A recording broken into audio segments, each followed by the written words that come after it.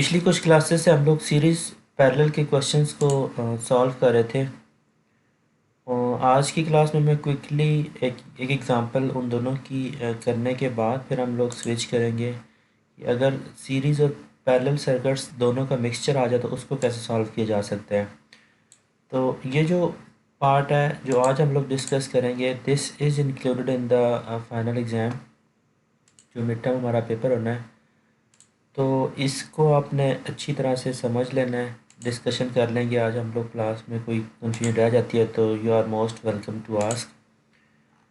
और जो lecture discussion हम लोग करेंगे उसकी रिकॉर्डिंग टीम्स के अंदर अवेलेबल होगी। जैसे ये मीटिंग ख़त्म होगी, इसी मीटिंग के अंदर आपको लेक्चर रिकॉर्डिंग मिल जाएगी, ठीक है। तो उसको भी आप बाद में यूज़ कर सकते हैं अगर कोई चीज़ रिवाइज़ करना चाह रहे हो या कोई कॉन्सेप्ट रह जाता है कहीं पे, ठीक है। तो टॉपिक हमारा सीरीज़ पैरेलल सर्किट्स वाला है। मैं उसको स्टार्ट करता हूँ। एक सीरीज एग्जांपल से किस एक कोर्स है और हमने उसके साथ दो रजिस्टर्स लगाए हुए हैं, ठीक है। एक सेकेंड, ये वैसे लिखी जा रहा है, कर रहे हैं।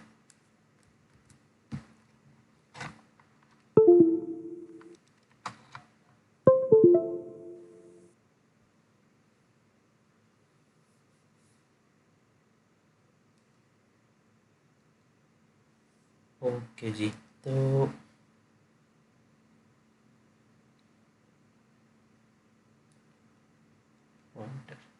ठीक है। तो ये एक सीरीज सर्किट है हमारे पास। दो रजिस्टर्स हमने कनेक्ट किए हुए हैं। इन दो रजिस्टर्स को अगर आप इस सर्किट को सॉल्व करते हैं तो टोटल रेजिस्टेंस अगर आप निकालना चाहते हो तो सीधी सिंपल फार्मूला है, दो रेजिस्टेंसेस जितनी भी सीरीज़ में लगी हुई हैं सारी की सारी सम हो जाती हैं। और जब हमें टोटल रेजिस्टेंस मिल जाती है तो उससे हम लोग सर्किट का टोटल करंट निकाल सकते हैं। ये डिस्कशन हम लोगों ने ऑलरेडी पिछली काफ़ी क्लासेस से आप लोग कर रहे हैं। जब आपके पास टोटल करंट आ जाता है तो वो जो टोटल करंट है वही सर्किट में से चूँकि फ़्लो कर रहा है, वही टोटल करंट है जो बैटरी से निकल रहा है, वही टोटल करंट है जो रजिस्टर से निकल रहा है R1 से, और वही करंट है जो R2 से जा रहा है। तो उस करंट को यूज़ करके मैं दोनों कंपोनेंट्स की वोल्टेज निकाल सकता हूँ इस फार्मूला से कि जैसे V1 होता है तो वो I1 टाइम्स R1 होगा। इस केस में जो I1 है बेसिकली वो हमारा टोटल करंट है जो बैटरी से ड्रॉ हो रहा है। और इस तरह से हम वोल्टेज दोनों रेजिस्टेंसेस के निकाल सकते हैं। टोटल करंट जो बेसिकली वो हमारा इस केस में वही है जो रजिस्टर 1 में से पास हो रहा है, वो जो रजिस्टर 2 में से पास हो रहा है।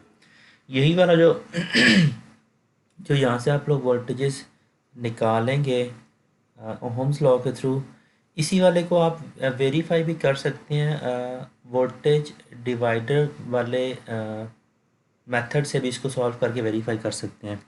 जैसे अगर मैं फ़र्ज़ करें इसको वोल्टेज डिवाइडर से इस प्रॉब्लम को करने की कोशिश करता हूँ तो क्या फार्मूला होगा, कैसे लिख सकते हैं? V1 क्या होगा?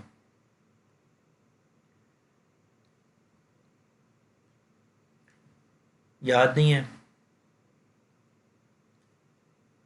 किसी किसी बच्चे को याद है वोल्टेज डिवाइडर का क्या फार्मूला? अगर दो रजिस्टर सीरीज में लगे हुए हैं तो करंट निकालने की बजाय हम डायरेक्टली उनकी वोल्टेज भी निकाल सकते हैं, तो वो कैसे निकाली जा सकती है? R1 divided by RT multiply exactly total voltage. Exactly, yes yes. जो जिस रेजिस्टेंस की वैल्यू निकालनी है वो ओ भाई। R1 ओवर R टोटल है मल्टीप्लाइड विद सोर्स वोल्टेज, ठीक है। इस तरह से V1 मिल जाएगा आपको। सिमिलरली इस तरह से आप V2 भी निकाल सकते हैं। V2 के लिए डिफरेंस क्या होगा कि ऊपर R2 आ जाता है, R2 multi total divide by total resistance multiplied with source voltage. तो जो वोल्टेजेस आप इन दो फार्मूला थ्रू निकालेंगे और जो दो वोल्टेजेस आप इस तरह से निकालेंगे, दोनों की दोनों ये बेसिकली सेम होगी। इसको आपने वेरीफाई भी कर लेना है, ठीक है।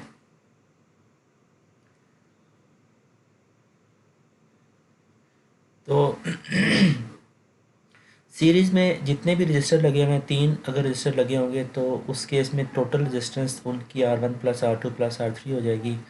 और अगर वोल्टेज डिवाइडर से आप कंपोनेंट्स के वोल्टेजेस निकालेंगे तो वो इसी तरह से जिस रजिस्टर की वोल्टेज निकालना चाह रहे हैं वो रजिस्टर की वैल्यू ऊपर आप लिख लेंगे और जो टोटल रेजिस्टेंस होगी वो आप नीचे डिवाइड कर लेते हैं। इस तरह से आप लोग फाइंड आउट कर सकते हैं, ठीक है। ये डिस्कशन हमने की थी सीरीज सर्किट्स की कुछ वीक्स कुछ कुछ क्लासेस पहले। लास्ट क्लास में हमने एक पैरेलल सर्किट को सॉल्व किया था कि अगर वोल्टेज गिवन ना हो या अगर टोटल करंट आपको पता हो तो वो अगर दो कंपोनेंट्स में से गुजर रहा है, ये दो करंट अगर दो कंपोनेंट्स जो है रजिस्टर 1 और रजिस्टर 2, इसमें से फ़्लो होने वाले करंट को मैं देखता हूँ तो जो टोटल करंट बैटरी से आ रहा है वो बेसिकली यहाँ से इस नोड से डिवाइड होता है। तो अगर करंट डिवाइड हो रहा है और वो करंट फिर आगे जाके यहाँ से वापस मिलता भी है, जैसे मैं इस पॉइंट को अगर नोट करता हूँ तो इस नोड के ऊपर दोबारा जब करंट मिलेगा इसका मतलब है ये दोनों जो कंपोनेंट्स हैं आपस में, ये दोनों कंपोनेंट्स पैरेलल में है। तो जो कंपोनेंट्स जो रेजिस्टर्स पैरेलल में होते हैं उनकी टोटल रेजिस्टेंस हम इस तरह से फाइंड आउट कर सकते हैं कि दोनों रेजिस्टेंसेस तीनों को बेसिकली जितने भी रेजिस्टेंस हैं उनका आप रेसिप्रोकल लेते हैं और उनका जो सम होता है वो फिर टोटल के रेसिप्रोकल के इक्वल होता है। उसको मैथमेटिकली हम इस तरह से लिख सकते हैं। तो ये फार्मूला आप यूज़ कर सकते हैं जब भी आपने टोटल रेजिस्टेंस फाइंड आउट करनी हो। जब टोटल रेजिस्टेंस आप फाइंड कर लेते हैं तो आपको मतलब इसका मतलब है कि आपको सर्किट की समझ आ गई है। इसके बाद बाकी वोल्टेजेस और करंट निकालना इतना मुश्किल नहीं होता। मैं अगर किरचॉफ्स करंट लॉ यूज़ करता हूँ, KCL फॉर शॉर्ट, तो इट सेज के जो किसी एक नोड के ऊपर जाने वाला करंट है, टोटल करंट, वो इक्वल होगा उस नोड में से आगे जितने भी करंट्स जा रहे हैं। फॉर एग्जांपल इस केस में जो टोटल करंट होगा वो दोनों करंट के सम के इक्वल होगा। और हमें ये पता है कि पैरेलल सर्किट्स में वोल्टेज सेम रहती है, जिसका मतलब है कि अगर 3 कंपोनेंट्स लगे हुए हैं, 4 लगे हुए हैं, 10 कंपोनेंट जितने मर्जी लगे हुए हैं, उन पे अगर मैं वोल्टेज मेजर करता हूँ मल्टीमीटर के साथ तो उन पे सेम आती है। इसका मतलब है कि VS will be equal to V1, this will be equal to V2। तो अगर वोल्टेजेस इक्वल हैं तो हम हर हर कंपोनेंट का करंट इस तरह से निकाल सकते हैं। I1 का फार्मूला जो होगा ओहम्स लॉ को देखते हुए which is V times IR होता है। इसको यूज़ करके मैं यहाँ से करंट की डिफरेंट जो वेरिएशन बनती हैं, लेट्स से I1 और I2 जो होगा वो बेसिकली V1 और R1 होगा। और V1 जो है चूँकि पैरेलल में है voltage cross resistor 1, this will be equal to the voltage source जो हम इसको सर्किट के स्टार्ट में दे रहे हैं, फॉर एग्जांपल VS है, ठीक है। तो इस तरह से हम दोनों करंट्स की वैल्यूज निकाल सकते हैं। अगर टोटल वोल्टेज ना भी गिवन हो, जैसे इस केस में अगर ये सिनेरियो है टोटल वोल्टेज हमें नहीं पता हो, तो मैं यही वाला प्रॉब्लम करंट डिवाइडर वाले फार्मूला के थ्रू भी कर सकता हूँ अगर मुझे टोटल करंट की वैल्यू गिवन हो, ठीक है। तो करंट डिवाइडर को अगर हम यूज़ करते हैं तो उसके लिए हमें टोटल करंट चाहिए होता है और हमें दो रेजिस्टेंसेस चाहिए होती हैं। इसको अगर मैं यहाँ पे कहीं सॉल्व कर लेता हूँ, लेट से इधर मैं एक लाइन लगा लेता हूँ।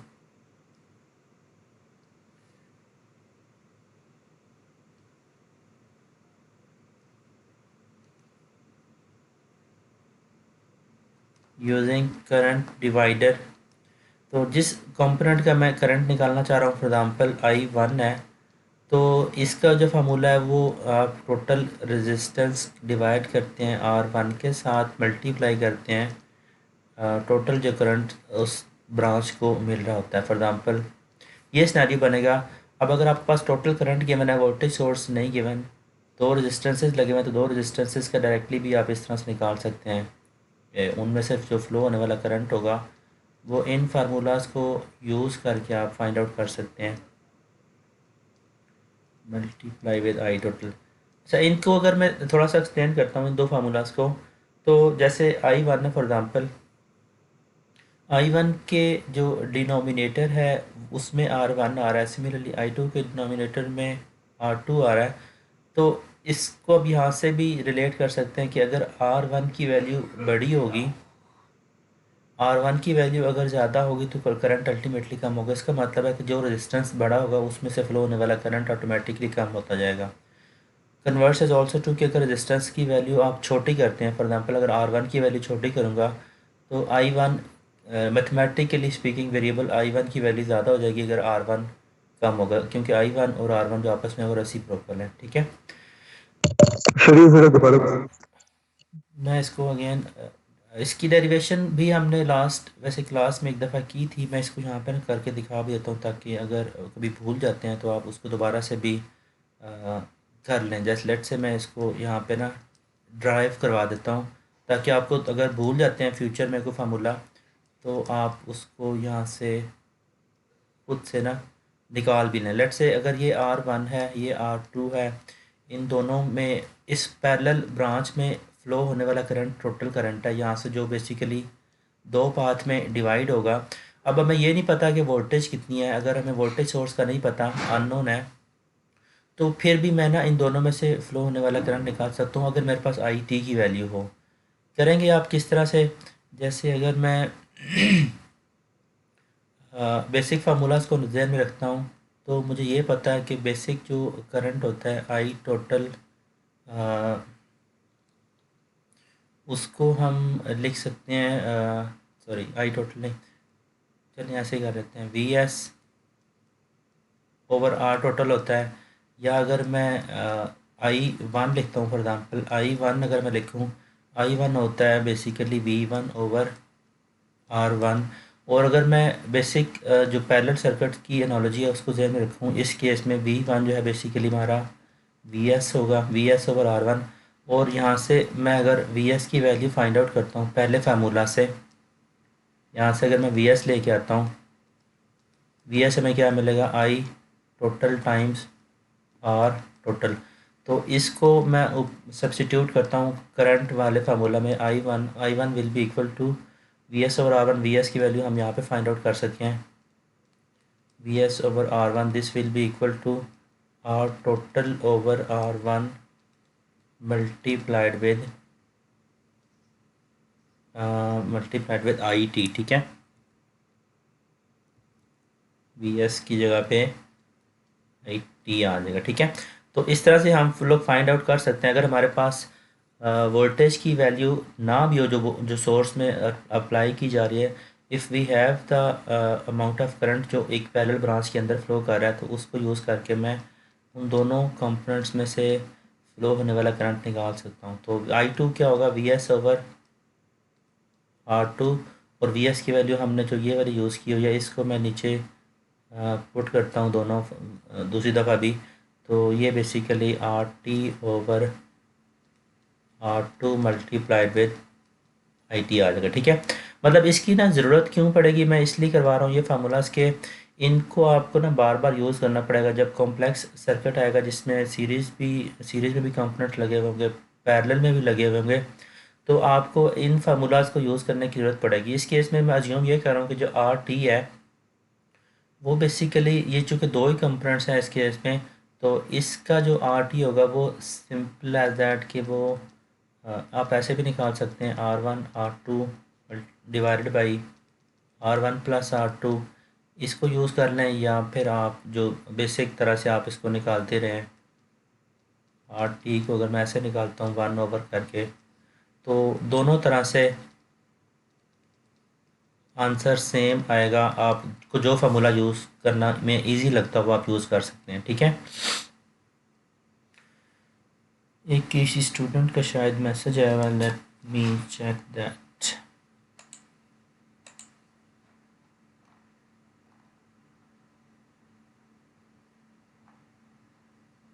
फर्रुख कहते हैं जी, कैसे ज्वाइन करना है? फर्रुख और शवेज, आपने ज्वाइन कर लिया या मैं ऐड करूं?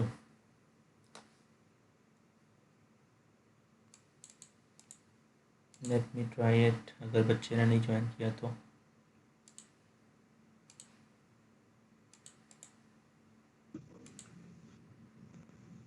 सर अटेंडेंस हो गई है? अटेंडेंस ले लेते हैं यार, ठीक अटेंडेंस। है। नहीं नहीं, मुझे लगा वो पहले लग गई थी, मैं ज़रा 5-10 मिनट लेट आया हूँ तो वो नहीं मेरी। यार, अटेंडेंस लगाते हैं, अभी नाम बोल के लगा। चले चले, सही है।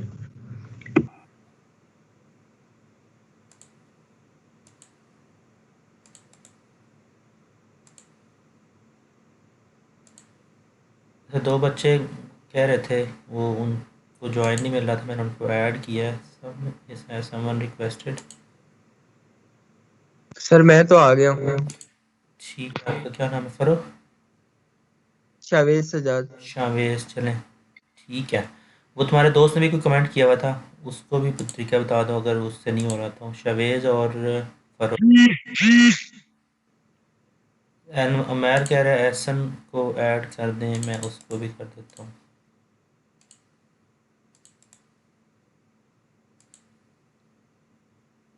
उमैर, एहसन का रजिस्ट्रेशन नंबर बताओ ना।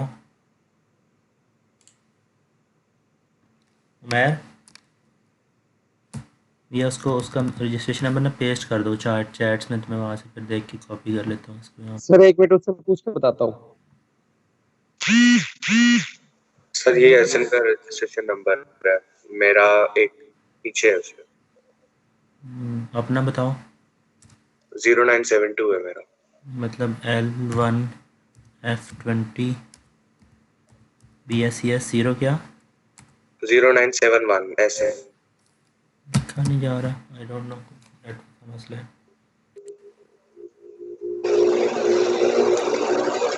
मोहसिन सड़क पे बैठे हुए हो? नहीं सर। अच्छा, गली में मतलब साथ ही वो मार्केट है? नहीं सर, फिर मेरी तरफ से नहीं आ रहा हूँ, अभी हमसे आ रहा हूँ। Okay okay. मोमिन मोहसिन ने एक स्टूडेंट का ऐड दिया हुआ है नंबर, उसका रजिस्ट्रेशन, उसको ऐड कर देते हैं।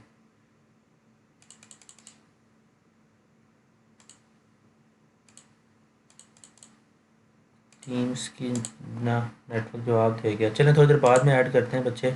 उनको बताइएगा रिकॉर्डिंग यहाँ पे अवेलेबल है, रिकॉर्डिंग ना मैं सेपरेटली शेयर भी कर दूँगा, ताकि अगर किसी की क्लास मिस हो गई या उसने कुछ रिवाइज करना तो वो बाद में भी कर ले।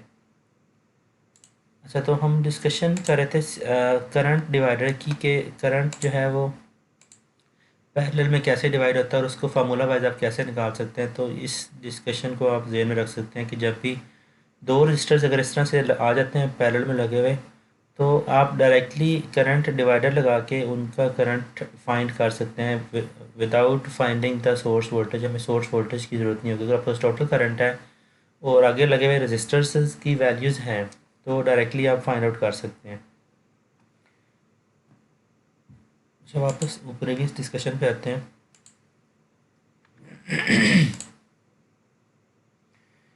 अच्छा, अगर सिनेरियो ऐसा हो, या एक मैंने तीसरा सर्किट यहाँ पे कंसिडर किया है, सीरीज़ एंड पैरेलल। अगर ये ऐसा केस आ जाता है, जैसे ये देखिए तीन रजिस्टर्स लगे हुए हैं, इसमें ना वेरिएशन में इस तरह के बहुत सारे सर्किट्स हैं जो हम लोग पढ़ेंगे अभी।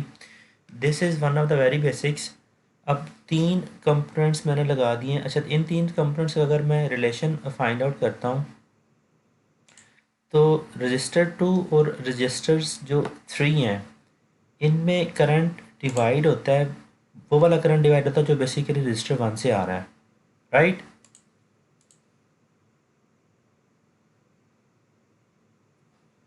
मतलब एक टोटल करंट जो बैटरी से निकलता है, जिसको अगर हम I1 कहते हैं, जो रजिस्टर 1 में से गुजर रहा है, वो टोटल करंट आता है इस नोड के ऊपर, और वो इस नोड से दो पाथ में डिवाइड हो जाता है। दो पाथ बेसिकली, एक I2 है रजिस्टर 2 का करंट है, और एक I3 है जो रजिस्टर 3 का करंट है। अगर मैं इस सर्किट की टोटल रेजिस्टेंस फाइंड आउट करूँगा, तो यहाँ पर रजिस्टर 2 और रजिस्टर 3 दोनों आपस में पैरेलल में हैं। इनको पहले मुझे separately as a parallel resistance solve करना पड़ेगा, जैसे हमने यहाँ पे नीचे किया हुआ है कि R2 पैरेलल विद 3। ये दो लाइंस जब मैं वर्टिकल लगाता हूँ तो इसका मतलब लिटरेचर में होता है कि हम ये बताना चाह रहे हैं कि ये दोनों रजिस्टर्स आपस में पैरेलल में कनेक्ट हैं। तो इनको हम इस तरह सॉल्व कर सकते हैं separately, assuming it a small separate circuit। तो इनको जब मैं दोनों को सॉल्व कर लूँगा तो I can put a single register in place of this, जो कि इस केस में R2 पैरेलल विद R3, इस तरह से हम उसको लिख सकते हैं, ठीक है। अब जब मैंने इन दोनों को रजिस्टर 2 और 3 को सॉल्व करके मैंने एज्यूम कर लिया कि वो एक ही रजिस्टर है, जो भी इसकी वैल्यू आती है हम उसको यहाँ पे लिख लेंगे। तो वो वाली जो वैल्यू होगी वो बेसिकली R1 के सीरीज़ में आएगा। तो आप ऐसे इनको अरेंज कर सकते हैं कि R1 एक होगा एक सर्किट में हमारा, और दूसरा कंपोनेंट जो वो basically register 2 parallel with register 3 होगा। इन दोनों को अगर मैं टोटल रजिस्टर्स फाइंड करूँगा दोनों रजिस्टर्स की, तो वो R total will be equal to R1 plus resistors 2 parallel with 3, जो एक न्यूमेरिक वैल्यू हमने ऊपर कैलकुलेट की है। तो ये दोनों सिंपली सीरीज़ में ऐड अप हो जाएंगे। अच्छा, टोटल सर्किट का जो करंट होगा वो हम डायरेक्टली फिर इस तरह से निकाल सकते हैं, आई टोटल का जो फार्मूला हमें पता है इसके थ्रू।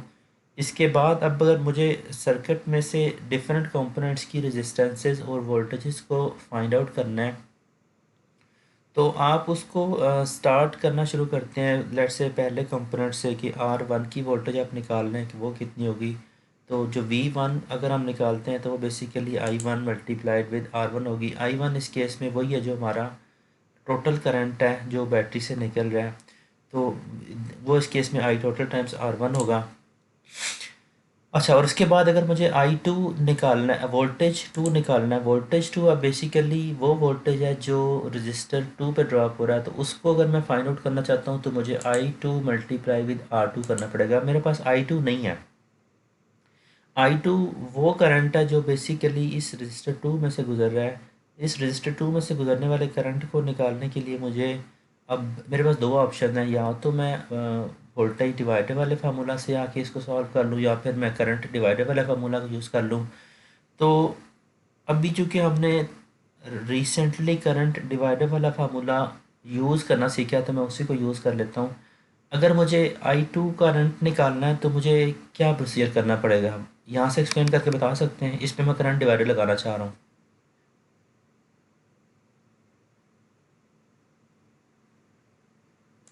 I2 कैसे निकाल सकते हैं यहाँ से हम? सर वही करंट डिवाइडर वाला फॉर्मूला लगाएंगे, I2 is equal to RT और R1 मल्टीप्लाई बाय IT। ठीक है यार, जिस बच्चे ने किसी दोस्त को बताना है ना कि उसको ऐड करें तो उसका ना रजिस्ट्रेशन नंबर पेस्ट करें, ऐसे नहीं फाइंड आउट होता। सर रजिस्ट्रेशन नंबर सेंड कर दिए हैं, ऊपर हैं दोनों के। अली ताहिर, अभी आपने एक कमेंट किया है कि तीरश और कासिम को ऐड कर दें, उनके रजिस्ट्रेशन नंबर पेस्ट कर दो फिर मैं ऐड कर देता हूँ। सर ये ऊपर उन्हीं दोनों के रजिस्ट्रेशन नंबर है। ऊपर दो उमैर अनवर ने जो पेस्ट किया हुआ है। जी sir. Okay, let me try it again. इस टाइम पे नेटवर्क में कोई मसला आ रहा था, अभी हम दोबारा ट्राई करते हैं बच्चे ऐड करने की। 980 है कासिम अली हसन, और 983 जो है वो है तीरश निशा तीरश। ठीक हो गया, चलो उनको मैंने रिक्वेस्ट की है, कॉल की है, होप दे वुड ज्वाइन। अच्छा, तो हम यहाँ पे पहुँचे हैं कि अगर सीरीज़ पैरेलल का ये सर्किट है, इसको मैं अगर फाइंड आउट करना चाह रहा हूँ कि रजिस्टर 2 में से फ़्लो होने वाला करंट क्या होगा, तो उसके लिए मुझे रजिस्टर 1 में से फ़्लो होने वाला करंट या उसको हम अगर हम टोटल करंट कहें तो मुझे वो पता होना चाहिए। तो जो टोटल करंट R1 में से गुजर रहा है वो आके यहाँ पे डिवाइड होता है I2 और I3 में। तो इसकी एनालॉजी में अगर मैं यहाँ पर इसका इक्विवेलेंट फार्मूला पेस्ट करता हूँ, हमें जो वैसे करंट डिवाइडर का फार्मूला पता है वो क्या होता है, I2 इक्वल टू होता है R total divided by R2 multiplied with I total. ये फार्मूला हमें पता है लिटरेचर से। इस फार्मूला को अब मैंने यहाँ पे इस सर्किट में फिट करना है, तो मुझे क्या चेंजेस करनी पड़ेंगी? सर पहले I1 होगा तो फिर ही होगा ना। इसको लिखता हूँ हम लोग, दिस इज करंट डिवाइडर। ठीक है, तो इसका मतलब है कि अगर मैं इस फार्मूला को यहाँ पे इस सर्किट में यूज़ करना चाह रहा हूँ तो जो I2 फाइंड आउट करना है मैंने, उसके लिए IT चाहिए। मैं IT इस केस में क्या होगा हमारा,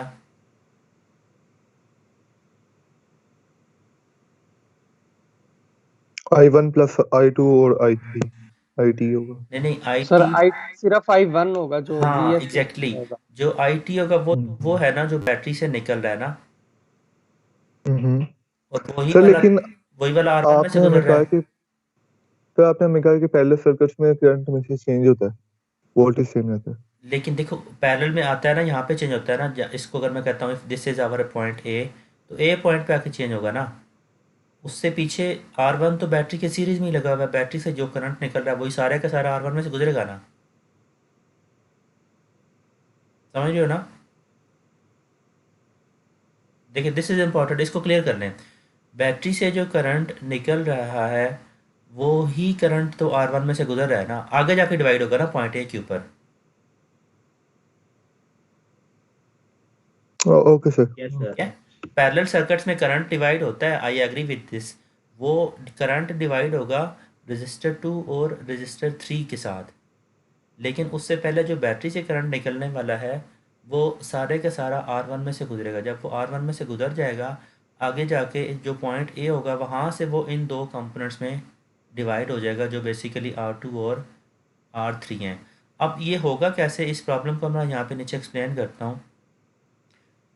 देखिए, क्योंकि मैंने करंट डिवाइडर का जो फार्मूला पढ़ा हुआ है वो हमें इस तरह से ये सिनेरियो देता है ना, जैसे मैंने एक सर्किट यहाँ पे बनाया हुआ है।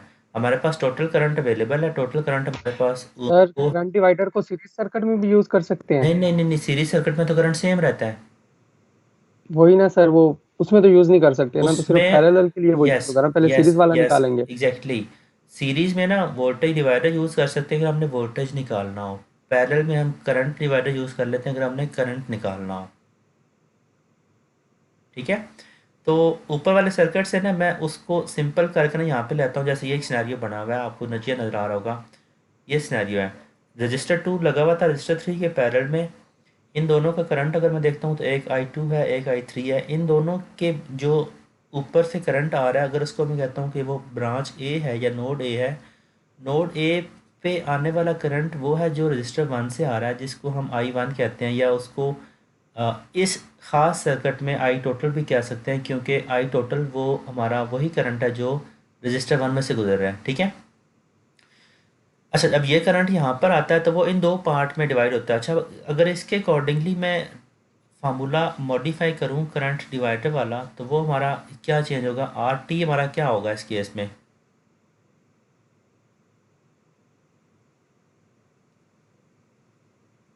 ये मैंने जो फार्मूला यहाँ पे लिखा हुआ है I2 का, I2 हमने लिखा हुआ है R टोटल ओवर R2, चूँकि रजिस्टर 2 का करंट चाहिए मल्टीप्लाई विद टोटल करंट।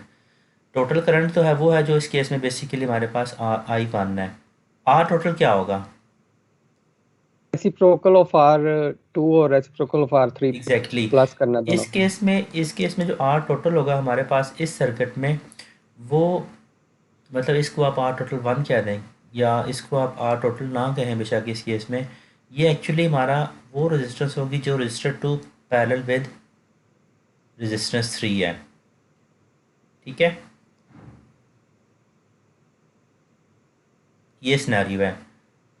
मतलब टोटल का मतलब यहाँ पर, टोटल का मतलब ना जनरली स्पीकिंग ये नहीं है कि पूरे सर्किट की रेजिस्टेंस। और यहाँ पे तो जो जो मैंने ये ड्राइव किया जहाँ से ये फार्मूला, अगर मैं उसको देखता हूँ, यहाँ पे तो टोटल कंपोनेंट्स ही दो थे ना। जब हमने करंट डिवाइडर को फार्मूला को निकाला है, ड्राइव किया था, यहाँ पे टोटल कंपोनेंट्स ही दो थे, दो ही रजिस्टर थे। तो यहाँ पे तो सिंपली RT आती है, जो basically R1 parallel with R2 है।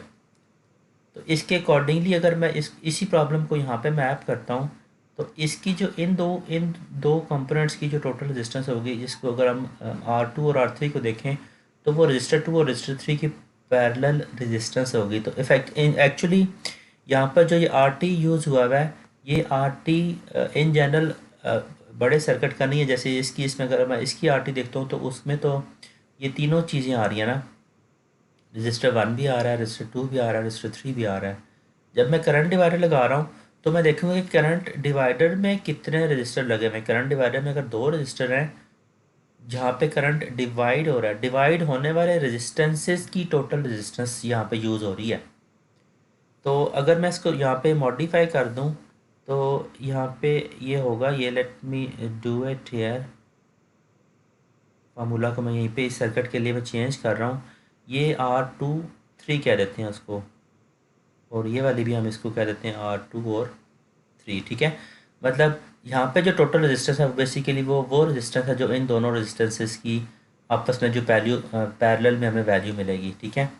तो इसको भी मैं चेंज कर दूँ, दिस शुड बी R2 3, ठीक है।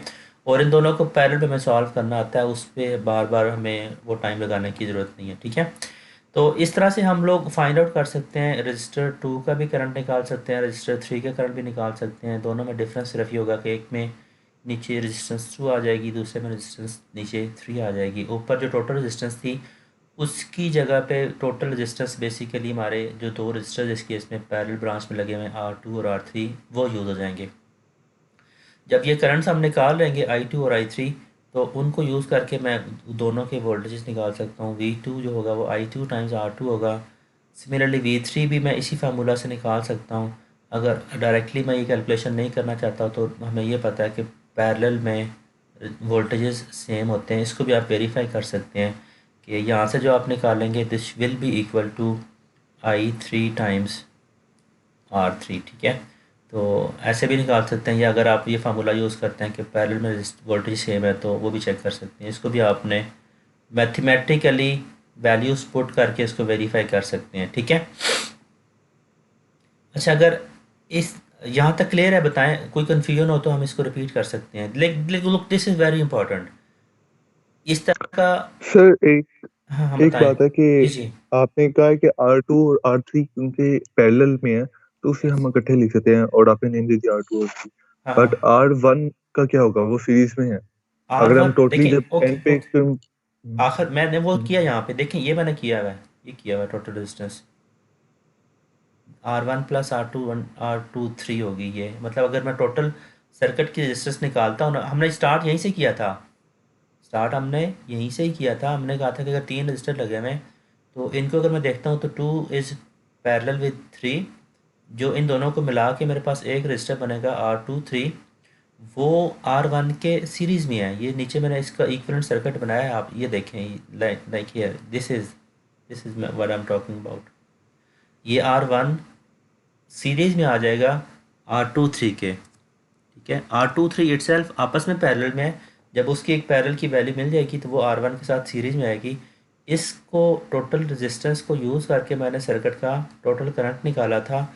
वो टोटल करंट वो था बेसिकली जो रजिस्टर 1 में से भी गुजर रहा है और आगे जाके पॉइंट A के ऊपर डिवाइड भी हो रहा था करंट 2 और करंट 3 में।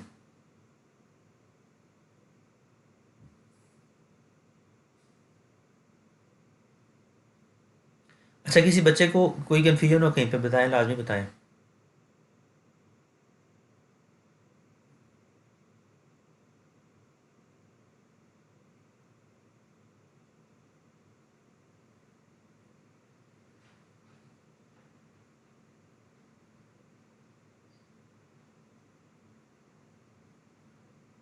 क्लियर है? अच्छा आगे चलें फिर।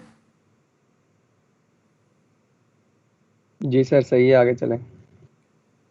यार बाकी लोग नहीं बता रहे, बाकी लोग में लगता है समझ नहीं आ रही। सर यस क्लियर है, सर, क्लियर ठीक है सर, क्लियर है सर। क्लियर है।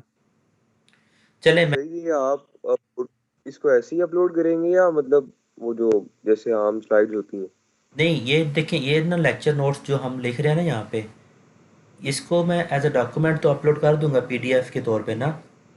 दूसरा ये है कि जो हम ना डिस्कशन हमारी हो रही है जिसमें आप सवाल पूछ रहे हैं, मैं रिपीट कर रहा हूँ बहुत सी चीज़ें, तो इसकी वीडियो रिकॉर्डिंग जो है उसका भी लिंक मैं अपलोड कर दूंगा, वो भी आपसे शेयर कर दूंगा। आप बाद में ना उसको सुन भी सकते हैं।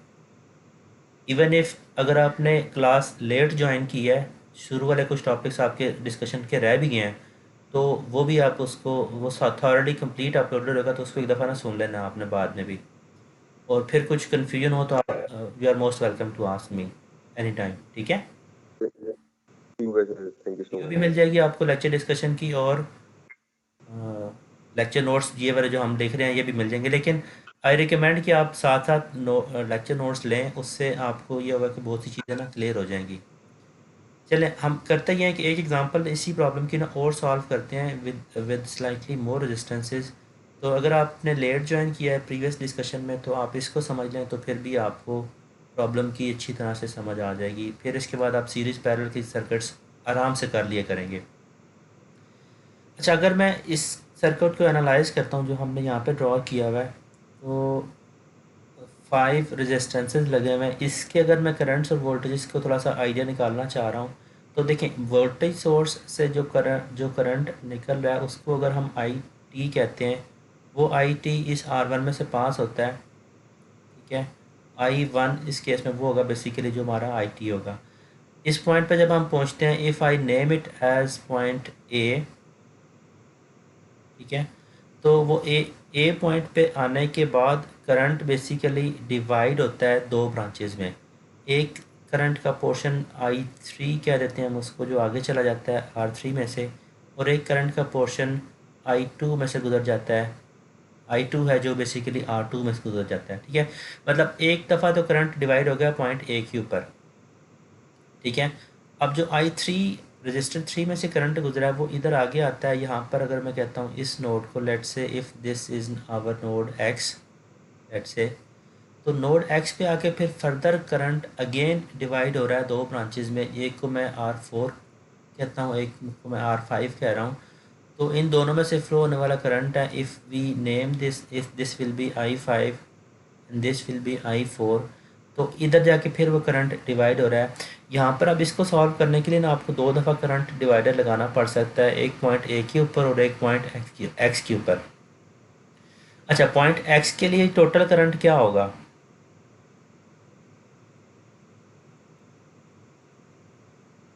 मतलब अगर मैं करंट डिवाइडर यूज़ करता हूँ तो मुझे टोटल करंट चाहिए होता है ना सर्किट का।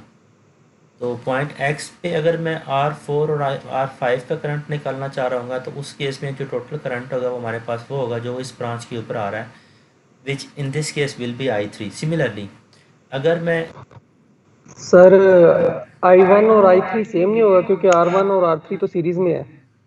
नहीं नहीं नहीं नहीं नहीं नहीं नहीं सीरीज में नहीं, देखो जो करंट R1 में से गुजर के आया पॉइंट ए के ऊपर, पॉइंट ए से तो वो डिवाइड हो जाएगा ना कुछ। जी सर, डिवाइड कुछ तो हो जाएगा ना, लेकिन वो दोनों तो सीरीज में आते हैं ना, नहीं ना R1 वो, और R3 सीरीज में नहीं है नहीं ना। नहीं नहीं, मैं वही बता रहा हूँ वो सीरीज में नहीं है।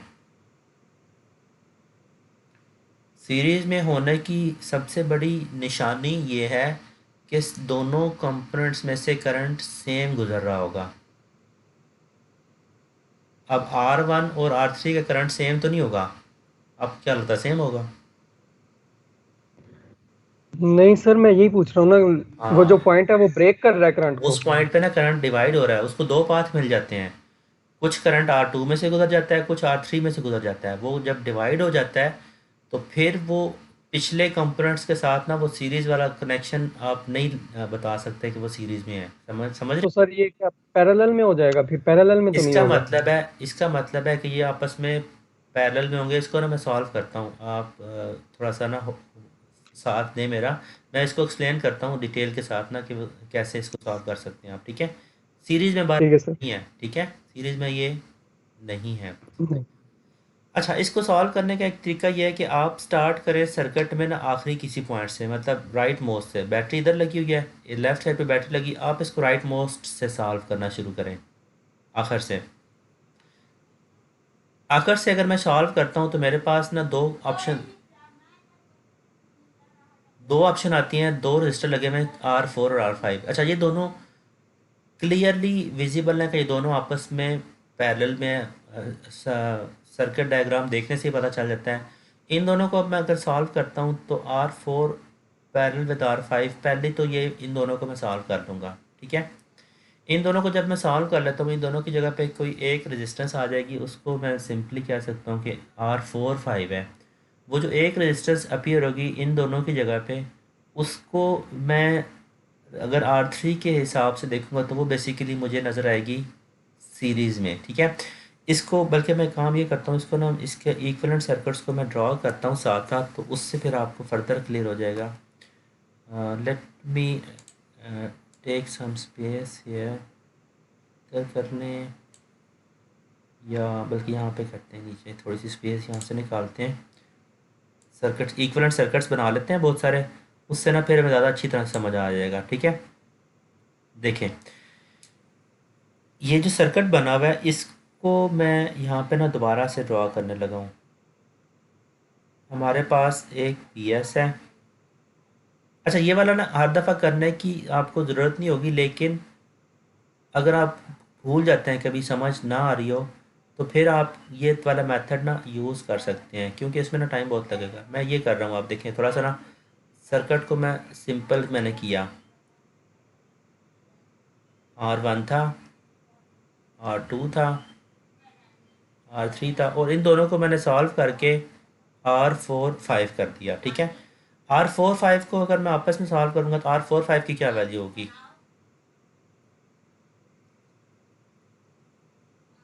1/1/R4 प्लस 1/R5 ये हो जाएगा। R4 5 को मैंने आपस में पैरेलल में सॉल्व करके ना एक रजिस्टर ज्यूम कर लिया कि लेट से ऐसे लगा। अच्छा, अब इन दोनों को अगर मैं देखता हूँ R3 और R4 5 को, तो ये दोनों आपस में कौन सी वो कन्फिग्रेशन में है? सीरीज में है, सीरीज में है सर। सीरीज में हो गए। ठीक है, ओके, मैं इसको भी यहाँ पे ड्रॉ करता हूँ। तो इसको बेशक आप यहाँ पे लेके आ जाओ। अच्छा, इसको अगर मैं देखता हूँ, this will be our R2, this will be R1, ये हमारा क्या होगा? R3 4 5, R3 4 5 क्या होगा? R3 plus R4 5। R4 5 हमने ऊपर निकाला है, वो R4 5 R3 के सीरीज़ में है, तो इन तीनों को भी मिला के मैंने एक रजिस्टर क्या दिया, late say this is our R3 4 5। अच्छा, अब अगर यहाँ पे मैं देखता हूँ इससे ऑनवर्ड, तो ये जो दो रजिस्टेंसेज हैं आपस में R2 और R3 4 5, ये दोनों आपस में पैरेलल में। इसको अगर मैं फर्दर एक दफ़ा यहाँ पे ड्रा करता हूँ, मतलब this was our let say formation 1, was our formation 2, third formation क्या होगी हमारी? थर्ड फॉर्मेशन में एक हमारे पास R1 है और एक हमारे पास ये थर्ड फॉर्मेशन आ जाएगी। थर्ड फॉर्मेशन में ये रेजिस्टेंसेस, इसको अगर मैं कहता हूँ दिस विल बी R2 3 4 5, इसकी क्या वैल्यू होगी? R2 3 4 5 की क्या वैल्यू होगी? R2 is parallel with R3 4 5। ठीक है, तो इसको आप अगर यहाँ से फार्मूला निकालते हैं इसका, तो ये बनेगा 1/R2 प्लस 1/R3 4 5। ठीक है, तो ये हमारा सिनेरियो बनेगा रेजिस्टेंसेस 2 3 4 5 को सॉल्व करने के बाद। आखिरी जो फॉर्मेशन होगी उसमें अगर मैं आर टोटल को निकालता हूँ, तो आर टोटल क्या होगा? लास्ट पे क्या होगा? R1 plus R2 R3 R4 R2 3 4 और 5। ठीक है, तो इस तरह से ना आप इसको ब्रेक करके, आप मतलब जैसे जैसे ब्रेक करते जाएंगे ना, तो आपको वैसे ही समझ आती जाएगी कि कौन कौन से कंपोनेंट्स का आपस में रिलेशन क्या था और वो कैसे हो रहे हैं। देखें, जैसे आप यहाँ पे कह रहे थे कि R3 और R1 सीरीज़ में है, तो वो एक्चुअली R3 और R1 सीरीज़ में नहीं है। R3 सीरीज़ में है, लेकिन वो उस रेजिस्टेंसेस के साथ है जो 4 5 को मिला के बनेगी। ठीक है, जैसे ये सिनेरियो है, दिस इट सेज कि R3 is in series with R45। ठीक है, तो इस तरह से ना आप इसको सॉल्व कर सकते हैं मैथमेटिकली स्पीकिंग। मैं अगर ये डायरेक्टली एक फार्मूला भी लिख लेता हूँ, इसको अगर मुझे लिखना आ जाता है तो ज़िंदगी बहुत आसान हो जाती है। इसकी थोड़ी सी प्रैक्टिस करनी है आपने। मतलब बुक में ना आपको बहुत सारे सर्किट्स मिलेंगे इस कॉम्प्लेक्स तरह के स्ट्रक्चर वाले, तो उनकी रेजिस्टेंसेज आप इस तरह से लिखने की कोशिश करें और थोड़ा सा विजुअलाइज कर लेंगे जहन में कि यार जब मैंने दो रेजिस्टेंसेस को सॉल्व कर लिया है, तो उनकी जगह पे एक रेजिस्टेंस अपीयर हो रही है, उस एक रेजिस्टेंस का ताल्लुक रिमेनिंग सर्किट के साथ क्या होगा, तो उस तरह से आप इजीली फाइंड आउट कर सकते हैं। जैसे इस केस में if I observe this R45, तो ये दोनों आपस में पैरेलल में मैंने लिखा हुआ R4 5 is parallel with R4 is parallel with R5।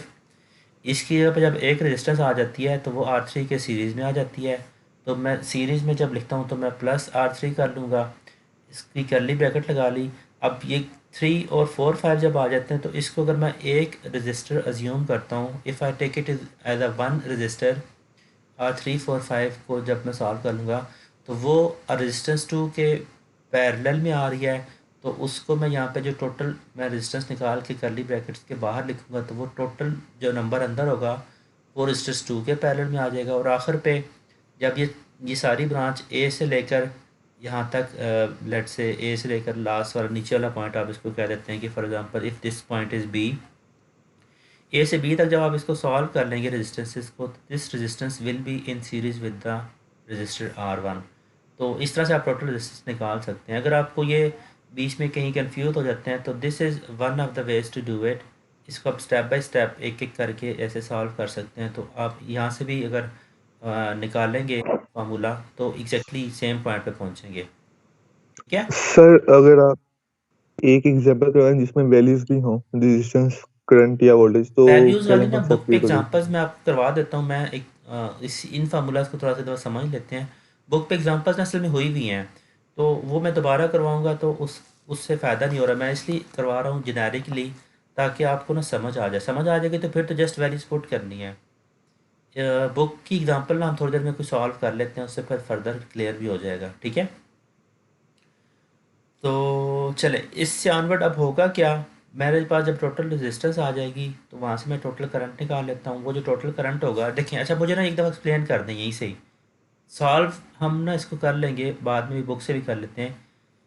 जब मैं यहाँ से टोटल करंट निकाल लूँगा I T, this will be equal to source voltage divided by total resistance. वो आई टी R1 में से गुजर रहा है। इसका मतलब है कि R1 की अगर मुझे वोल्टेज निकालनी हो तो वो मैं निकाल सकता हूँ। कैसे निकालूंगा? ओहम्स लॉ के थ्रू निकाल सकते हैं।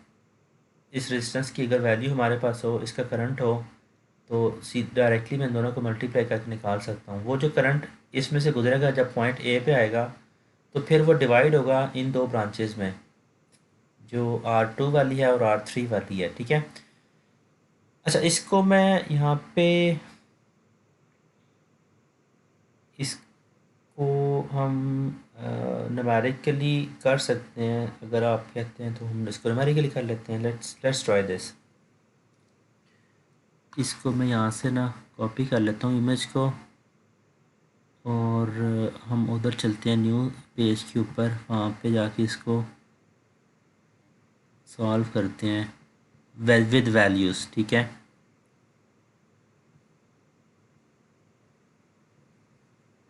देखें जी, ये हमने यहाँ पे इसको कर लिया पेस्ट इमेज को। अच्छा, लेट्स अज्यूम के जो रेजिस्टेंसेस हैं, मार्कर नहीं चूज हो रहा,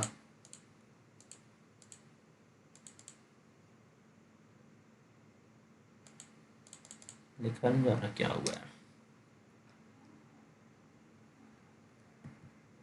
अच्छा जी, इधर से फिर नहीं हो रहा, क्या हुआ इसको?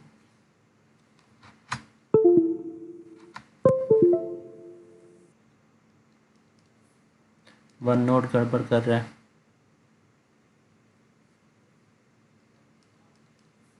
अच्छा, उसको मुझे थोड़ा क्लोज करना पड़ेगा। माइक्रोसॉफ्ट का जो डॉक्यूमेंट है वो गड़बड़ कर रहा है। I am not able to choose pen.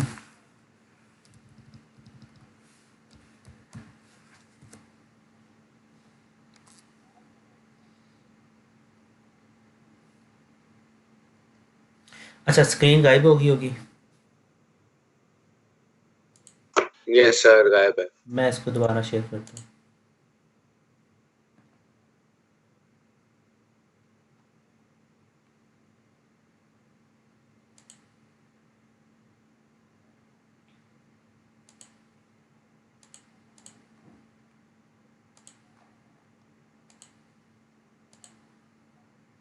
हाँ बताइएगा, स्क्रीन विजिबल है?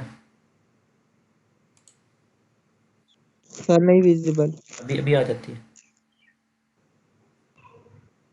जी सर, विजिबल है। आगे ये अब ठीक है, अच्छा ओके। आगे हम ना काम ये करते हैं, थोड़ी सी ज़िंदगी आसान करते हैं। हम ये कहते हैं कि यार वोल्टेज जो है ना हमारे पास है, फ़र्ज़ करें 10 वोल्ट। ठीक है, और हर रजिस्टर को मैं अज्यूम कर लेता हूँ, वो भी अपनी आसानी के लिए ना 10 ओम्स कर लेते हैं, ठीक है। इससे हम लोग कर लेते हैं, फिर बाद में ना बुक से कोई एग्जांपल आपको डिफरेंट वैल्यूज़ वाली मिल जाएंगी, तो आप उसको एक दफ़ा प्रैक्टिस के तौर पे ना सॉल्व कर लीजिएगा। अच्छा, इसकी आप टोटल फाइंड आउट करने की कोशिश करते हैं क्या होगी। फार्मूला हमारा है R4 पैरेलल विद R5, निकालें क्या आती है, लिखते जाओ इसको यार साथ साथ। ये सीरीज़ में आएगा R3 के, ये सारी जो वैल्यू हमें यहाँ से मिलेगी, this will be in parallel with R2, और जो ये आंसर मिलेगा हमें, ये सीरीज़ में आ जाएगा R1 के, ठीक है। अच्छा, R4 5 अगर पैरेलल में होगी तो क्या आंसर आएगा बताएं।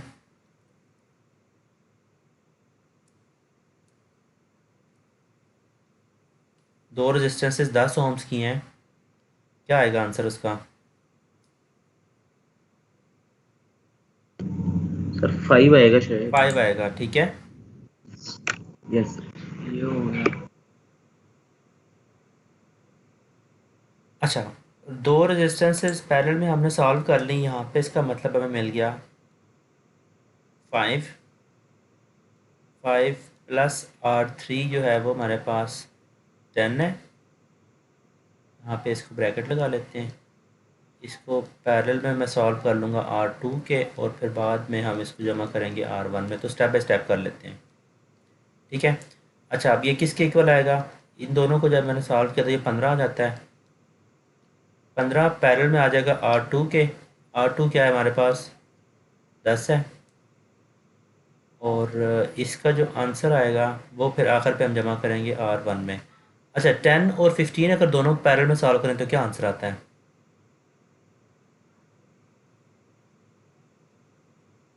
10 और 15 को अगर हम पैरेलल में सॉल्व करें क्या आंसर आता है, निकालो जल्दी बताओ यार। सर 3/2 आएगा। नहीं यार, सर 4 आता है शायद, नहीं 4 नहीं, आता बहुत है बहुत कम बता रहे हो शायद। यार, बहुत कम बता रहे हो, इतना कम नहीं आता। सर पैरेलल में ऐसे देखिए करेंगे 15 देखिए, का। मैं ना एक फार्मूला आपको बताता हूँ, इसको क्विकली जब दो रेजिस्टेंसेस आएंगे ना तो आप इस लोग आराम से इसको ना निकाल लिया करेंगे। अगर हम यहाँ यस सर।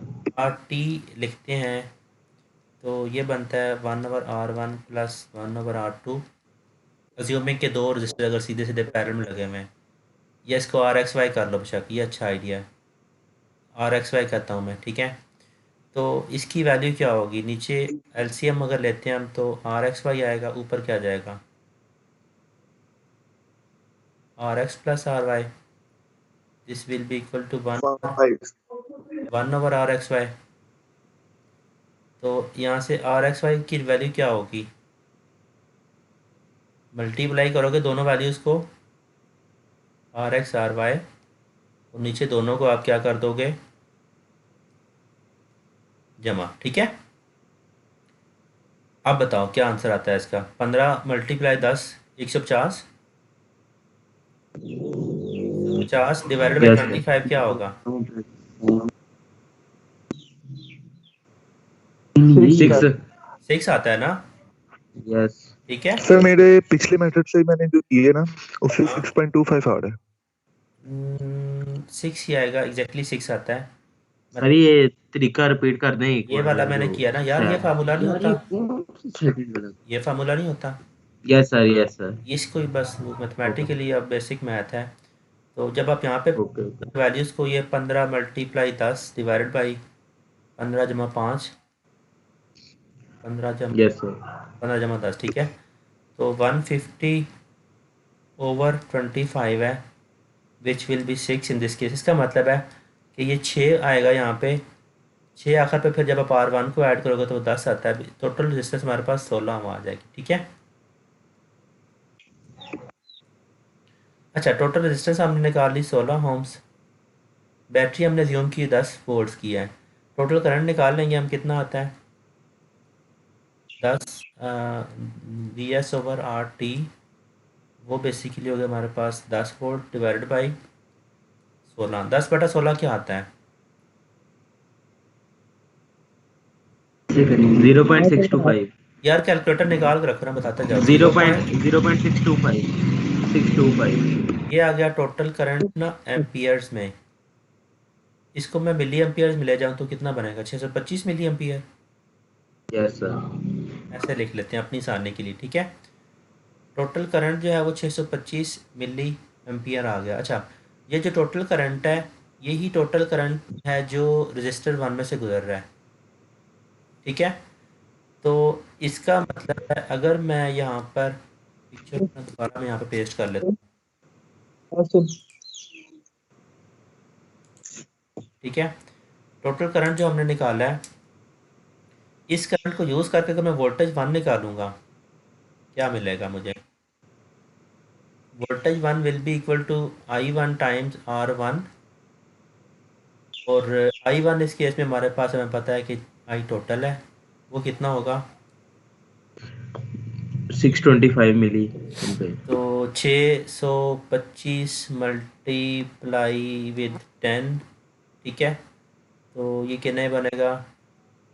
6250 बनता है। ये 6.25 एम्पियर बन जाएगा, यस सर। ठीक है। सॉरी, एम्पियर कह रहा हूँ, 6.25 वोल्टेज, वोल्टेज, ठीक है। This will be our V1। Sir million ampere को कन्वर्ट नहीं करना था? वो कर दिया ना, मतलब ये this was actually 6250 milli volt, ठीक है। मतलब इस मिली की वजह से ना मिली वोल्ट होंगे ना, ओके ओके ठीक है, ठीक है। अच्छा, ये वी जी ठीक निकल आएगा हमारे पास। अच्छा, यहाँ से ना ऑनवर्ड सॉल्व करेंगे ना, दो तरीके हैं। अगर मैं यहाँ पे ये अज्यूम करूँ, मैं देखें अब यहाँ पे ना मैं थोड़ा सा वो करने लगा हूँ। हमारे पास I1 है जो कि कितना है? 625 MA। वो करंट आता है पॉइंट A के ऊपर। यहाँ से ना वो डिवाइड होता है, दो ब्रांचेज हैं। एक ब्रांच हमारी ये है और एक ब्रांच हमारी ये है, जिसके आगे ये मतलब कंपोनेंट्स लगे हुए हैं। इसको मैं ड्रॉ ही कर लेता हूँ। ये R4 है, ये R5 है, ठीक है। This is our R2, this is R3, R4 and R5। अच्छा, करंट जो है वो पॉइंट ए से डिवाइड होता है। पॉइंट ए से डिवाइड होता है तो मेरे पास ना वहाँ से इसको अगर मैं ऐसे सॉल्व करता हूँ ना, तो मेरे पास दो दो ब्रांचेज हैं एक्चुअली। ये let me write it that as well. एक ये ब्रांच है और एक ये ब्रांच है। मैंने उसको सिंपल करके ना ऐसे कर लिया है। ये करना ना ज़रूरी है। देखें, एक तरफ हमारे पास R2 है, दूसरी तरफ हमारे पास क्या है? R345 है।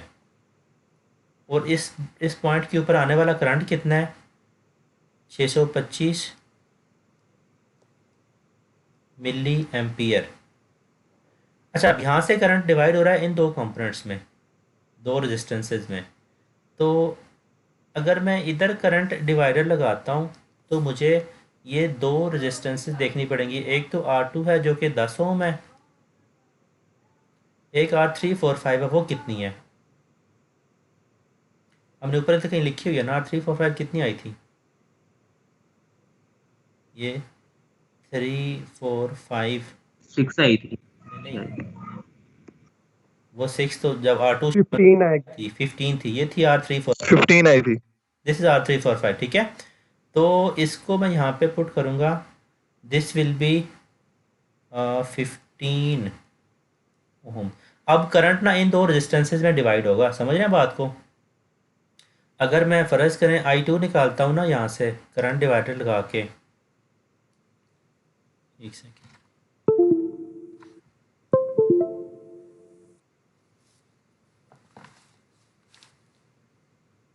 अगर मैं यहाँ से करंट डिवाइडर लगाता हूँ I2 निकालने के लिए, तो I2 क्या होगा हमारे पास? टोटल रेजिस्टेंस इस दोनों ब्रांच की, जो इस केस में टोटल रेजिस्टेंस जो है, अगर मैं चलें डायरेक्टली फार्मूला लिखता हूँ, RT/R2 multiply with I total होता है ना करंट डिवाइडर का। ठीक है, करंट डिवाइडर। ठीक है, तो इस फार्मूला को अगर मैं यहाँ पे फिट करता हूँ तो क्या चेंज करनी पड़ेगी, आर टी हमारा क्या होगा, R two parallel with R 345, ये हमारा आर टी है, डिवाइड किस पे होगा, आर टू पे मल्टीप्लाई किसके साथ होगा, जो इस केस में आई टोटल है हमारा वो कितना है, 625 मिली एम्पियर। ठीक है, अच्छा आर टू 345 की वैल्यू क्या निकालती है हमने, ऊपर की निकाली हुई है ना, आर 345 की ये थी ना, दिस इज आर टू 345 है ना, जो बेसिकली 6 थी। ठीक है, तो इसमें अगर वैल्यूज़ को आप पुट कर लेते हैं तो you would get 6 divided by 10 multiplied with 625। क्या आंसर आता है जल्दी बताओ, कैलकुलेटर किधर है यार, सर 375। 375 मिली एम्पियर है। ठीक है, यस ठीक है, अच्छा आई टू तो मेरे पास ये आ गया। अच्छा ये जो करंट है मेरे पास है रजिस्टर 2 में से फ्लो होने वाला, जो करंट यहाँ से आगे जा रहा है, अगर उसको मैं कहता हूँ if this is current I three क्या होगा, ऐसे मैं लिख सकता हूँ आई थ्री को, I three will be equal to I one minus I two, ऐसे लिखा जा सकता है। मतलब 625 में से अगर आप 375 निकाल देते हैं तो ये वो नहीं करंट होगा जो रजिस्टर 3 में से गुजर रहा होगा। जी सर। कितना होगा बताएं, जल्दी बताएं, माइनस करके बताओ ना, इधर 0 आता है, इधर 250 है, 250 पाँच में से 3 2, यस ये आता है 250 मिली एम्पियर। अच्छा ये ना आई थ्री है, मैं अब देखिए इसको ना आगे लेके जा रहा हूँ, आई थ्री हमारे पास आ गया, सर्किट को मैं यहाँ पर ना दोबारा पेस्ट करता हूँ ताकि हमें बार बार ऊपर ना जाना पड़े और हमारे पास वो पिक्चर ना नज़र आ रही हो साथ साथ। देखिए अब अगेन मैंने ये पेस्ट कर दिया, आई थ्री जो हमने निकाला है ये वो करंट है जो रजिस्टर 3 में से गुजर रहा है, वही करंट जो रजिस्टर 3 में से गुजर रहा है वो करंट आगे जाके फिर फर्दर डिवाइड होता है। If I draw it here, let's say this, if this is I three, ये इधर जाके ना पॉइंट एक्स के ऊपर डिवाइड होता है, देखिए यहाँ पे राइट, ये this is R four, this is R five, ये पॉइंट हमारा, इसको अगर मैं कहता हूँ ये पॉइंट एक्स है, तो आप इन दोनों का वैल्यू निकाल सकते हैं करंट की, आर फोर फाइव की।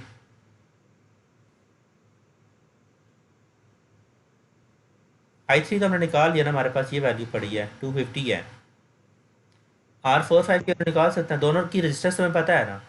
Yes sir. तो बताना है मुझे, मैं अगर कहीं से ना गलती करता हूँ, आई फोर क्या होगा बताइएगा, यस सर।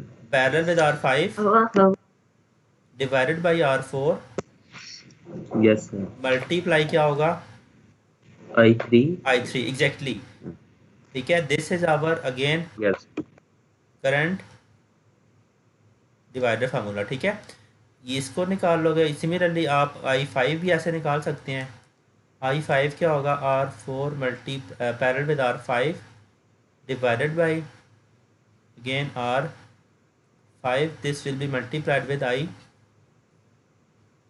थ्री। ठीक है, इस तरह भी निकाल सकते हो, या आप ये यूज़ कर लो कि जो आई फाइव होगा बेसिकली अगेन वो होगा हमारा I three minus I four, ऐसे भी निकाल सकते हैं।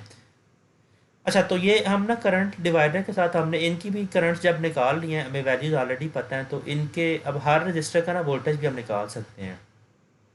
अब करना आप लोगों ने ये है ना, मैं बुक पे ना आपकी एग्जांपल दिखाता हूँ, this is on page number let's say, देखिए ये पेज नंबर है हमारे पास 261, पीडीएफ का पेज है 261, मैं बुक का बताता हूँ, बुक का कौन सा पेज है, इधर लिखा हुआ 256 है, 256 पे ये सर्किट पड़ा हुआ है, इसको हमने फार्मूला वाइज सॉल्व किया था क्लास के स्टार्ट में ना। यहाँ से वैल्यूज़ आप देख सकते हैं न्यूमेरिकली, ठीक है, सॉल्व किया हुआ है। इसको वेरीफाई कर लेना आपने, या उसके बाद जैसे ये एक पेज एग्जांपल 9 है, ये पेज नंबर है उस पे 251 है, कौन सी है, 256 थी, ये पेज नंबर 257 पे एग्जांपल 9 है। देखें यहाँ पर अगर इस सर्किट को मैं देखता हूँ तो R3 जो है, let me zoom in a little bit, book नज़र आ रही है आपको, स्क्रीन विजिबल है ना? जी सर नज़र आ रही है। ठीक है, इसमें अगर मैं देखता हूँ तो R3 R4 के पैरेलल में है, इन दोनों को आप सॉल्व कर लेंगे, वो सीरीज़ में आ जाएंगे रजिस्टर 2 के। जब ये सारी ब्रांच आप सॉल्व कर लेंगे एक दफ़ा तो वो पैरेलल में आ जाएगी R1 के। ठीक है, तो इन क्वेश्चंस को आपने इस तरह सॉल्व करना और फिर ये वेरीफाई कर लेना है। जो हमने डिस्कशन किया ना, इसको न्यूमेरिकली ना आपने वेरीफाई करना है। बहुत से एग्जांपल्स पढ़ी हैं बुक में, ये वाले देख लें आप, जैसे मैं साथ साथ स्क्रॉल भी कर रहा हूँ। ये देखें, ये इसमें बता सकते हैं कि क्या रिलेशनशिप है उसका रेजिस्टेंसेस का। सीरीज में कौन कौन से हैं, पैरेलल में कौन कौन से हैं? पैरेलल में R1 और 2 है, R1 और 2 हाँ, पैरेलल में है, R12 पैरेलल में है, ठीक है, आगे 4-5 सीरीज में है, और 4-5 सीरीज में है। 4-5 और 3 जो है वो पैरेलल में है। 4-5 का जो आंसर आएगा ना, 4-5 जी, और वो R3 4-5 का जो वो आंसर पैरेलल आएगा में। वो 3 के पैरेलल में आ जाएगा। और जब ये 3-4-5 का आंसर आ जाएगा, वो आंसर R12 के आंसर के साथ सीरीज में आ जाएगा। Yes sir. तो टोटल करंट इसका भी गिवन है। अच्छा, क्वेश्चन इसमें यह है कि आपने ना टोटल वो करंट गिवन है तो वोल्टेज निकालनी है हर एक की। देखिए सोर्स वोल्टेज नहीं गिवन है, सीधा सीधा ना वो लगेगा करंट डिवाइडर, एक करंट डिवाइडर यहाँ पे लगेगा, IT होगा वो R1 और R2 का पैरेलल आ जाएगा। वही जब करंट इधर पहुँचेगा, अगर इसको हम पॉइंट X कहते हैं, तो वो R4-5 में डिवाइड हो रहा है और R3 में डिवाइड हो रहा है। अच्छा, जब डिवाइड होगा ना, तो दिस इज़ वेरी इंपॉर्टेंट, आपने डिवाइड होगा तो सिर्फ उस पॉइंट पे अपीयर होने वाले रेजिस्टेंसेस को नहीं देखना, आपने देखना है कि उससे नीचे, जैसे मैंने यहाँ पे किया था, ये देख रहे हैं आपको, ये जैसे ये मैंने किया था, मैंने जब इधर करंट डिवाइडर अप्लाई किया है तो मैंने रजिस्टर 2 और रजिस्टर 3 पे नहीं अप्लाई किया, मैंने रजिस्टर 3 वाली पूरी ब्रांच की रजिस्टर्स निकाली है, उन दो पे फिर मैंने करंट डिवाइडर लगाया था। दिस इज़ इम्पॉर्टेंट, ये मतलब सॉल्व करते हुए इस बात का आपने ध्यान रखना है। बुक पे भी जो एग्जांपल मैं दिखा रहा हूँ उसमें यही सिनेरियो है, जब आप करंट ले रहे हैं तो आप दो ब्रांचेस का करंट निकालते हैं, उस ब्रांच में जितने रजिस्टर लगे हुए हैं वो सारे आपने कंसीडर करने हैं। जैसे यहाँ पे मैंने करंट निकाला था जो पॉइंट A से डिवाइड हो रहा था, हमने जब I2 निकाला, इसमें जब मैंने RT निकालने की कोशिश की तो वो RT basically R2 was parallel with R345। वो 345 जो एक्चुअली वो क्या है, वो सब रेजिस्टेंसेस की वो एक वैल्यू हमने पहले कैलकुलेट कर ली, मतलब सॉल्व करके ना मैंने दो रजिस्टर बना दिए, फिर मैंने फार्मूला लगाया है। बुक वाली जो एग्जांपल है इसमें भी आपने यही करना है। जब आप यहाँ पर आके इसको अगर हम कहते हैं कि if let say this is our point X, मैं इसमें ना लिखने की कोशिश करता हूँ, मेरे पास शायद है ये पेन है, ये देखें, अगर मैं कहता हूँ ना if this is point X, तो जब पॉइंट X पे आप लोग आएंगे तो इस पे जो करंट डिवाइडर होगा वो इन दोनों रेजिस्टेंसेस को आप एक रजिस्टर ट्रीट करेंगे, मतलब this will be counted as R4-5, ये R4-5 इस R3 के पैरेलल में है, तो इनका फिर जब आप करंट डिवाइडर लगा के वैल्यू निकालेंगे तो ये दोनों रेजिस्टेंसेस दो रजिस्टर ट्रीट होंगे, एक R3 होगा और एक R45 होगा। R45 एक्चुअली इन दोनों का R4 और 5 की वैल्यूज़ का सम है, इस तरह से। ठीक है जी, तो कुछ एग्जांपल मैं ट्राई करनी है, फिर मैं इससे रिलेटेड आपका एक क्विज़ लूँगा कॉम्प्रिहेंसिव सा कमिंग क्लास में ना, ठीक है।